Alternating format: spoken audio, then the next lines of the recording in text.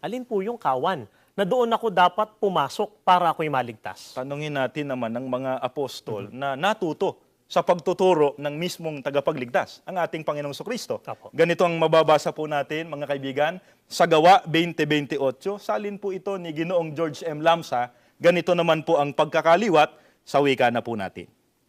Ingatan ninyo kung gayon ang inyong sarili at ang buong kawan. Narito'y hinirang kayo ng Espiritu Santo na mga katiwala upang pakanin ang iglesia ni Kristo na binili niya ng kanyang dugo. Ang kawan na tinutukoy po ay ang iglesia ni Kristo na binili niya ng kanyang dugo. Ito po ang dahilan. Kaya patuloy namin kayong inaanyayahan na makinig sa mga aral ng ating Panginoon Diyos na itinuturo po sa iglesia ni Kristo. Dahil ito po ang mensahe ng ating Panginoon Diyos na magdadala sa atin sa kaligtasan at sa pagtatamo ng buhay na walang hanggan.